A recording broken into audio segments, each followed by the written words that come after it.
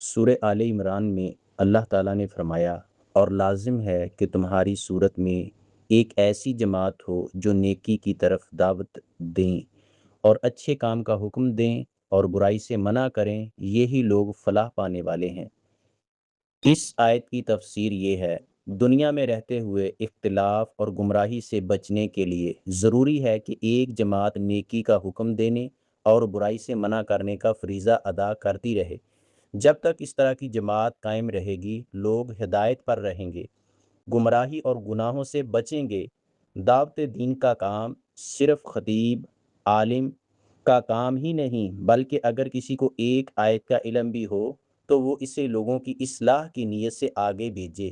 آج کے social media کے دور میں تو یہ کام انتہائی آسان ہو گیا ہے۔ سوشل میڈیا پر جہاں گمراہی اور گناہ کے مواقع بہت زیادہ ہیں، وہاں مسلمان کو بھی چاہیے کہ ان منکرات کی تردید کرنے اور قرآن و حدیث کا پیغام عام کرنے میں اپنا مؤثر کردار ادا کریں۔